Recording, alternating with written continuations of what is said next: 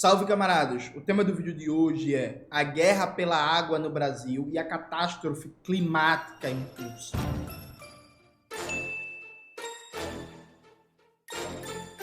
Antes de começar propriamente o tema do vídeo do canal, quero muito agradecer a você que ajuda a manter e melhorar nosso canal a partir do Apoia-se.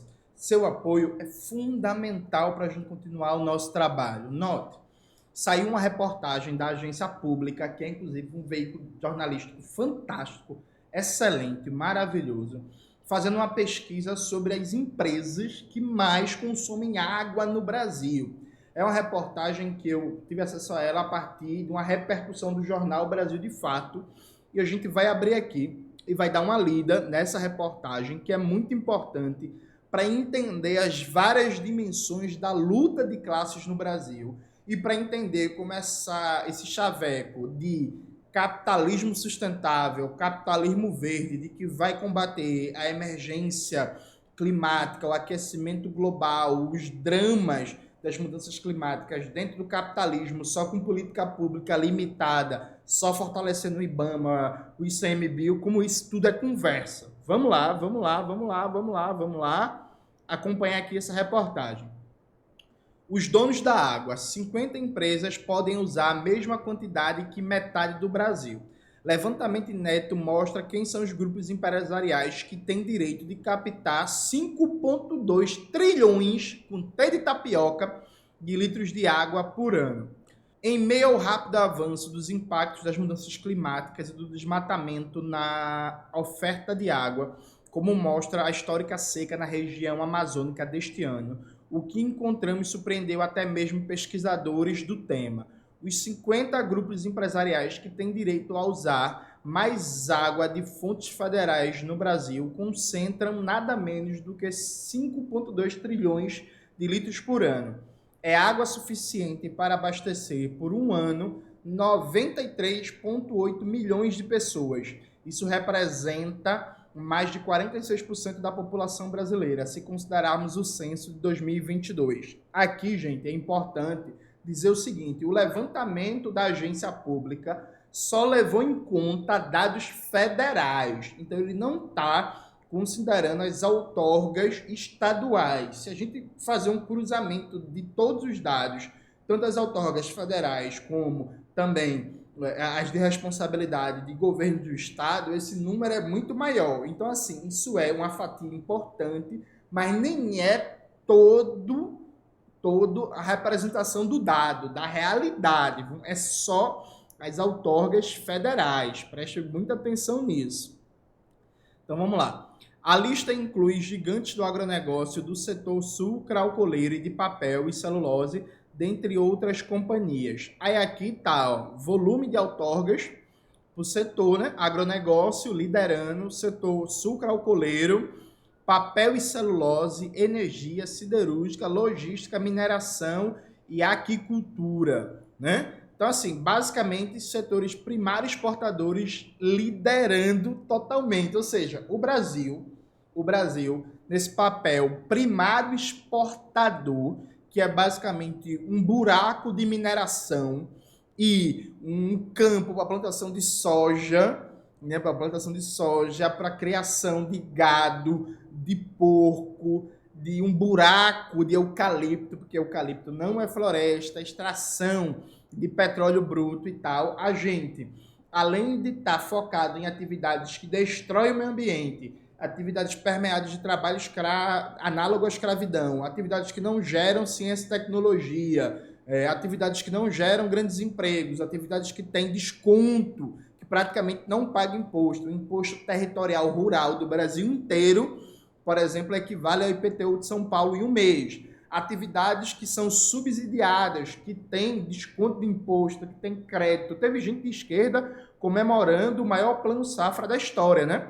Então, assim, dá-lhe dinheiro para o agronegócio. Essas atividades são as que mais consomem água no Brasil e a gente está exportando água. Enquanto isso, é seca no Brasil, é falta d'água. 1 a cada 5 pernambucanos não tem acesso à água potável. É o povo num país riquíssimo em recursos hídricos, não consumindo água suficiente, não tendo água potável universalizada, pagando uma fortuna pagando uma fortuna na conta de água, enquanto isso, as grandes empresas que servem basicamente para exportar, sem que o povo brasileiro se beneficie em nada disso, e garantindo que o Brasil se mantenha numa condição de país dependente e subdesenvolvido, estão aí consumindo água a rodo, né? Água a rodo. O direito dessas empresas para usar água é chamado de outorga, licença que é concedida pelos órgãos públicos para captação em fontes superficiais, como rios e lagos, e subterrâneos, como aquíferos. Para essa reportagem, consideramos apenas outorgas federais, concedidas pela Agência Nacional de Águas e Saneamento Básico, ANAM, controlada pelo governo federal, o governo Lula. O volume médio de cada uma das autorizações analisadas é de 7,6 bilhões de litros. Isso é suficiente para abastecer uma cidade como Balneário Camboriú, Santa Catarina, por ano. Só em 2022 foram otorgados 1,3 trilhões de litros, um salto de 65% em relação ao ano anterior. O levante neto foi feito pela Pública com base em dados abertos da ANAM referentes a outorgas em corpos hídricos de domínio da União, governo federal, né, gente? Aqueles que estão em áreas de fronteira ou que se estende por mais de um estado. Não foram incluídos, portanto, os de controle estadual. Então, veja, gente, esse ponto é muito importante. Veja, esse dado em si já é chocante, né? 50 empresas têm direito a usar água suficiente para abastecer o consumo de mais de 93 milhões de brasileiros. E isso é só os dados federais. Não tem os dados estaduais, então a realidade é muito pior, muito mais chocante. Vamos lá. Uma das autorizações constatadas pela reportagem foi cedida em uma das regiões banhadas pelo rio Amazonas, que está sofrendo com uma das piores estiagens do registro histórico. Em dezembro do ano passado, a ANAM concedeu uma outorga preventiva para a empresa de energia Eneva, que tinha a intenção de consolidar um projeto de exploração de gás natural em Itacoatiara. Cidade a 250 quilômetros de Manaus, registrou na semana passada a pior seca desde o início das medições. Aí vem a parte importante, né? Procurada pela reportagem, a empresa de energia, que tem como principal acionista o banco BTG Pactual, respondeu que a outorga não está em curso, nem será utilizada e tal. A empresa veio com essa conversinha safada, né? Vamos lá. Aí desce um pouquinho aqui. Nos últimos 10 anos, a Comissão Pastoral da Terra contabilizou 2.447 conflitos por água, com mais de 20 assassinatos. Se antes era a terra, agora eles querem a terra, a água do subsolo e da superfície, o ar, o sol. A gente tem dificuldade de entender minimamente com quem estamos lidando. E o aumento do número de conflitos revela que há uma insuficiência da resposta organizada. Existem algumas resistências locais, mas com muita dificuldade de contar com o Estado nos diversos níveis, relata Rubens Siqueira, assessor da CPT na Bahia. Aí alguém nesse momento pode pensar assim, mas Jones, essas outorgas foram dadas no governo Bolsonaro. É verdade, gente, foram outorgas dadas no governo Bolsonaro. O governo Lula, até agora, mudou a política da ANAM? Não mudou. E nem há sinais de que vá mudar. Então, há uma continuidade da política do governo Bolsonaro para o governo Lula, deixando o agronegócio, a mineração, a indústria de celulose e por aí vai, livre para consumir mais água que 90 milhões de brasileiros. Isso, lembrando, só a nível federal, sem contar os dados estaduais, né? Os critérios adotados, porém, são alvo de crítica, já que não consideram a variação de utilização e não é raro que os índices de vazão utilizados estejam desatualizados. O modelo de outorga atual provavelmente vai causar conflitos pela água, já está causando, né? Como a gente viu agora, vendo a citação, os dados da CPT.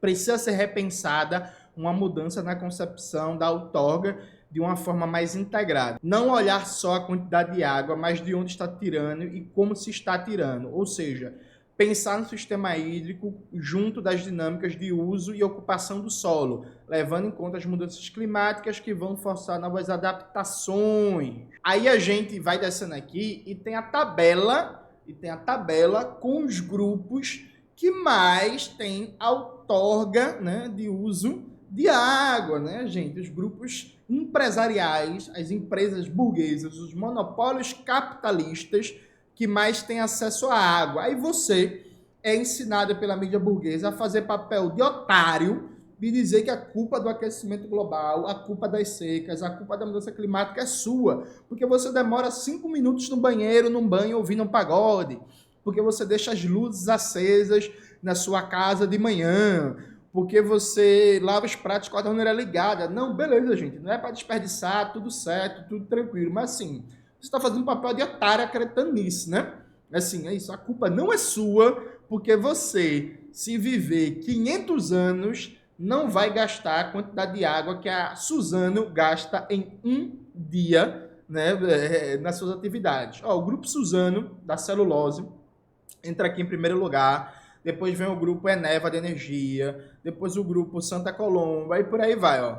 Aí tem a Bunger, tem o Grupo Selba, Eldorado Brasil Celulose, Porto do Açu, e por aí vai indo. Aqui, ó, a quantidade é absurda de água, né? Agronegócio consome maior parte da água, né? Enquanto os municípios à margem do Rio São Francisco e das suas afluentes concentram a maior parte das ocorrências de seca e de estiagem do país, as empresas do agronegócio estabelecidas ao longo da região hidrográfica do Velho Chico acumulam nada menos que 1,3 trilhões de litros de água em outorga por ano. É água suficiente para abastecer toda a população de Bahia e Pernambuco juntas no mesmo período. Gente, 1 a cada 5 pernambucanos não tem acesso à água potável, mas as empresas que estão na bacia hidrográfica do Rio São Francisco e que basicamente produzem para exportação têm água suficiente para abastecer toda a população da Bahia e de Pernambuco. Gente, outro dado muito importante. Vocês acabaram de ver que a empresa Suzano é a empresa que mais consome água no Brasil, de acordo com os dados de outorga federal. Não é isso? Perfeito. O papel, nos últimos 3 meses, o custo interno nacional subiu 30%. Por quê? É uma explosão do preço da celulose no mercado mundial. Cada vez mais as empresas que instaladas no Brasil exportam a celulose. A escassez de papel no mercado brasileiro está ficando cada vez mais caro imprimir, por exemplo, um livro no Brasil, porque estão exportando celulose a rodo, então os caras usam território brasileiro, água brasileira, prejudicam o bioma brasileiro, deixam as consequências ambientais e climáticas para o povo brasileiro, exportam tudo que podem, o brasileiro paga mais caro pelo papel, eles ficam ricos, não pagam imposto cima disso, não gera porra nenhuma praticamente de emprego, não tem nenhuma agregação de ciência e tecnologia, nada.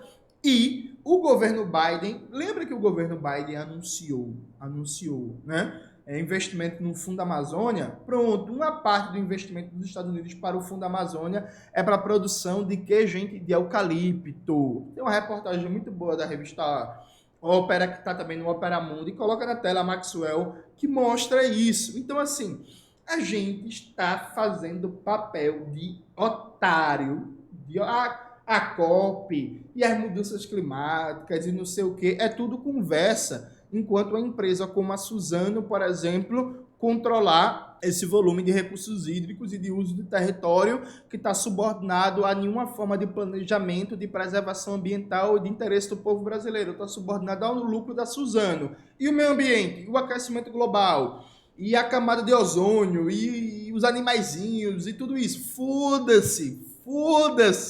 Que os caras só querem saber do lucro deles. Então, assim, gente, muito legal todo esse debate sobre justiça climática, sobre mudança ambiental, mas sem combater o poder dos monopólios empresariais, sem um programa anticapitalista, revolucionário, sem ir para cima desses grupos empresariais, infelizmente, gente, é tudo conversa fiada, tá ligado? É isso, é tudo conversa fiada. Aí aqui, voltando para Suzano, né? Nas bacias de domínio federal, nenhum grupo empresarial consome mais água do que a Suzano, uma das maiores produtoras de celulose do mundo e uma das líderes globais no mercado de papel. A holding, que inclui a Suzano Papel e Celulose, fundida em 2018 com a Fibria então líder do mercado, e a Varecel Celulose acumula 469,8 bilhões de litros por ano em 59 outorgas espalhadas por 8 estados de 4 regiões.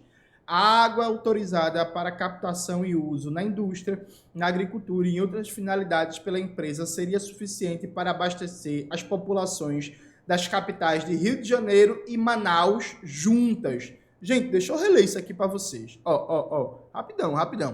A água autorizada para captação e uso na indústria, na agricultura, em outras outorgas pela empresa, seria suficiente para abastecer as populações das capitais do Rio de Janeiro e Manaus juntas. E assim, gente, eu não vou ler o resto da matéria. Bota a matéria aí, com o link, Maxwell, na tela, por favor, para a galera abrir, para a galera ler. Vou colocar também na descrição dos comentários. A conclusão que a gente chega, meus camaradas, como diria o grande Chico Mendes, é que ecologia sem luta de classes é jardinagem. Então esses debates, não, vamos reduzir um pouquinho o desmatamento ali, vamos reduzir um pouquinho o desmatamento aqui, vamos fortalecer o IBAMA, vamos fortalecer o ICMBio, vamos dar prioridade à pesquisa sobre energias limpas, renováveis, tudo isso. Veja, é importante, é ótimo a ministra do Meio Ambiente seja a Marina Silva e não seja o Ricardo Salles. Perfeito, ótimo, massa, do caralho. Agora sim, isso não vai mudar estruturalmente porra nenhuma na questão ambiental. Sabe por quê? Porque a questão ambiental ela só é enfrentada de verdade com uma questão que é simples, mas é difícil de mexer na luta de classes, mas é simples. Quem controla os meios de produção e qual é o sentido estratégico da economia? É uma economia orientada pelo lucro? Então fudeu. Não existe capitalismo sustentável. Não existe capitalismo verde. O máximo que a gente pode fazer é paliativos, é reduzir um pouquinho o desmatamento aqui, é aumentar a fiscalização ali, reduzir um pouquinho o garimpo ilegal, reduzir um pouquinho as madeireiras ilegais. Tudo isso é muito importante, mas isso não vai mudar a função estrutural da dinâmica capitalista num país dependente como o Brasil, que é dominado por uma dinâmica primária exportadora e de financiarização da economia. Ou a gente parte para um enfrentamento radical e consegue criar um movimento político revolucionário e anti-imperialista que coloque em questão o papel primário exportador da economia brasileira no mercado mundial, que coloque em questão a propriedade privada dos meios de produção, particularmente da terra, dos recursos naturais e por aí vai, e que consiga planificar a economia, mudando o sentido da economia, uma economia planejada e não uma economia voltada pelo lucro, ou a gente basicamente vai enxugar gelo, o mundo vai pro vinagre, a gente vai cada vez mais se fuder com as consequências das mudanças climáticas, quem é rico vai estar protegido, quem é pobre vai se fuder cada vez mais, e Recife é a capital brasileira mais sujeita às mudanças climáticas, daí é que a gente vai estar lascado mesmo. Então é isso, gente. Enfrentar as mudanças climáticas, enfrentar a questão ambiental é fundamental. Para isso, a gente precisa enfrentar o poder dos monopólios capitalistas. Para isso, a gente precisa de um programa revolucionário. Caso contrário, a gente vai estar enxugando gelo e se auto-enganando. É isso, galera. Espero que vocês tenham gostado do vídeo de hoje do canal. Não se esqueça de se inscrever no canal, ativar o sininho, curtir esse vídeo, compartilhar e tudo isso que vocês já sabem. Um beijo e até a próxima.